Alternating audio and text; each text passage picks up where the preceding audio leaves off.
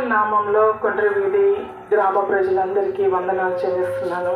అందరికీ క్రిస్మస్ శుభాకాంక్షలు తెలుపుతూ మేము మీ మధ్యకి ఈ రీతిగా రావడానికి, సువార్తకి ఇంత ప్రాముఖ్యత ఇవ్వడానికి గల కారణం ఏంటి అంటే, తన ప్రజలను వారి పాపముల నుంచి ఆయనే రక్షించిన కనుక ఆయనకి రక్షకుడు అని పేరు పెట్టబడిన. ఇక్కడ ఏం జరుగుతోందంటే, మన పాపముల్ని నుంచి మనల్ని రక్షించడానికి, ఎవరి పాపంలో వేరొకరు చేస్తే కాదు, మన పాపం నుంచి మనము రక్షించబడ్డానికి ఎవరు వచ్చారట? మన పక్షాన రక్షకుడు. రక్షకుడు అంటే మనల్ని రక్షించగలిగిన సామర్థ్యుడు. ఎవరు ఈ లోకంలో సామర్థ్యులు అంటే, అందరూ పాపము చేసి దేవుడు అనుగ్రహించి మహిమను పొందలేకపోతున్నారు. నీతిమంతుడు ఒక్కడు లేడు, ఎవరు కూడా నీతిమంతులు కాదు. దేవుని ప్రేమికులారా, అందరూ అనుకుండొచ్చు, అక్క మేమేం పాపం చేశాము, మేమంతా మంచి పనులే చేస్తున్నాం కదంటే వాక్యం చెప్తుంది నీతిమంతుడు ఒక్కడు లేదని.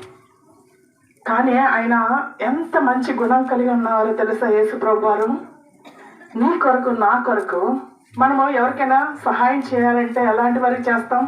మంచి వారిని చేర్చుకోవడానికి ఇష్టపడతాం.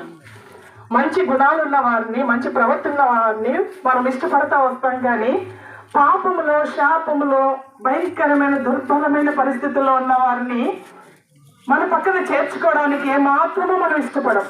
కానీ ఆయన ప్రేమ ఎలాంటిదో తెలుస్తుంది అని ప్రియబిడ్డలారా. నీ కొరకు నా కొరకు ఆ పరలోక వైభవం అంతటిని, అక్కడ ఆయనకి ఏ లోటు వెలితి కొరత లేదు. ఆయన రాజులకు రాజుగా ఆ పరలోకంలో చాలా సంతోషంగా ఉండవలసిన ఆయన నీ కొరకు నా కొరకు ఈ లోకానికి ఎలా వచ్చారో తెలుసా? మనుష్య రూపం ధరించుకొని తన్ను తాను తగ్గించుకొని, ఎంతగా తగ్గించుకున్నారో తెలుసా? రిక్తునిగా చేసుకున్నారు. ఎందుకంటే నీ పాపము నా పాపం నుంచి రక్షించడానికి ఆయన ఆ వైభవం అంతటిని వదిలిపెట్టి, పాపంలో ఉన్నామని తెలుసు, శాపంలో ఉన్నామని తెలుసు, మనల్ని హత్తుకుంటూ మన పాపమంతటిని, శాపమంతటిని కూడా ఆయన వేసుకుంటూ ఆయన మీద వేసుకున్నారు. మన తల్లిదండ్రులు కూడా మనకి ఆ యొక్క విమోచన కలగచేయరు. దేవుని ప్రియబిడ్డలారా, మనం తప్పు చేశామంటే ఒక దినం 2 దినాలని కఠినంగా ఉంటారు. కానీ ఆయన దయ కలిగిన దేవుడు, కనికరమ కలిగిన దేవుడు, వాత్సల్యత కలిగిన దేవుడు కనుక మనం భయంకరమైన పాపంలో ఉన్నా మన పట్ల జాలి కలిగి మన పాపం నుంచి విడిపించడానికి ఎవ్వరు చేయలేని గొప్ప త్యాగము. నీ బిడ్డలు కానీ, నీ భర్త కానీ, నీ భార్య కానీ, నీ తోపుటలు కానీ, ఈ లోకంలో ఎవ్వరు చేయలేని గొప్ప త్యాగం ఏంటో తెలుసా? నీ కొరకు నా కొరకు ఆయన పరిశుద్ధ రక్తాన్ని కల్వరి సిలువలో కార్చి నిన్ను నన్ను ఆ పాపం నుంచి విడుదల గావించారు, ఆ శాపం నుంచి విడుదల గావించారు. అది ఎలాంటిదో తెలుసా? నిత్య జీవము, ఎల్లప్పుడూ సంతోషము, దుఃఖం ఉండదు, ఏర్పు ఉండదు, నిత్య ఆనందానికి వారసులాగులాగిన ఆయన మన కొరకు ఆ పరలోక మహిమంతటిని విడిచిపెట్టుకొని, మన పాపములన్నీ తన మీద వేసుకొని, మన శాపమంతటిని తన మీద వేసుకొని మనకి గొప్ప రక్షణ కలుగజేశారు. ఆయన ఫస్ట్ వచ్చింది ఎలాగా? కనికరముతో, దయతో వచ్చారు.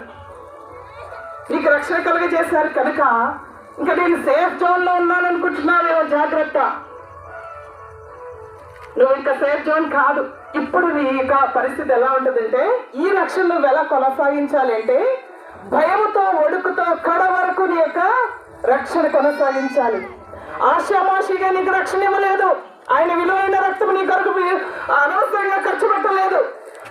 ఆయన మహిమంతటిని నీ కొరకు అనవసరంగా ఖర్చు పెట్టలేదు. ఈసారి ఆయన ఉగ్రతతో వస్తారు. జాగ్రత్త, తీర్పు తీర్చడానికి వస్తారు. దేవుణ్ణి నమ్మేసేసి కూడా పాపంలో, శాపంలో ఉంటున్నారేమో, దేవుణ్ణి నమ్మి కూడా తప్పులు చేస్తూ వస్తున్నామో, జాగ్రత్త. భయముతో, వణుకుతో నీ యొక్క రక్షణ కడ వరకు కొనసాగించాలి. దేవుని ప్రియబిడ్డలారా, ఆయన తీర్పు తీర్చకుండా నిమిత్తము భయము, వణుకు అనేది విశ్వాసిగా నువ్వు కొనసాగించి యథార్థమైన బిడ్డగా, ఎలా బుద్ధి కలిగిన కన్యక ఏ రీతిగా సిద్ధపడుతూ వచ్చిందో ఆ రీతిగా సిద్ధపడాలి. ఆయన నీ కొరకు విలువ పెట్టి కొన్న ఆ ప్రేమకి నువ్వు విలువివ్వాలి నీ జీవితం ద్వారా. కాబట్టి ఆశామాషిగా ఆయన ఈ లోకానికి రాలేదు, నిన్న బిడ్డగా చేర్చుకోలేదు. కనుక భయముతో వణుకుతో నీవు నీ ఇంటివారు ఆయన్ని సేవిస్తూ దేవునికి మహిమకరమైన జీవితం జీవిస్తూ ఉండాలని ఆయన ఆశ.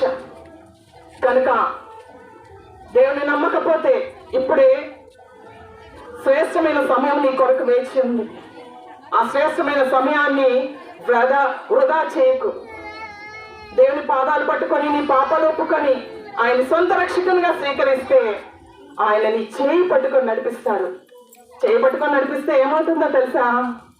శ్రేష్టమైన పరలోక ఆనందానికి వారసుడిగా నేను చేయబోతున్నారు. నేను పాపం నుంచి శాపం నుంచి ఆయన తప్పించారు కనుక ఇదిగో ప్రజలందరికీ కలగబోయే మహా సంతోషకరమైన సువార్తమానము. నేను దావీదు పట్టణమందు నీ కొరకు రక్షకుడు పుట్టి ఉన్నాడు.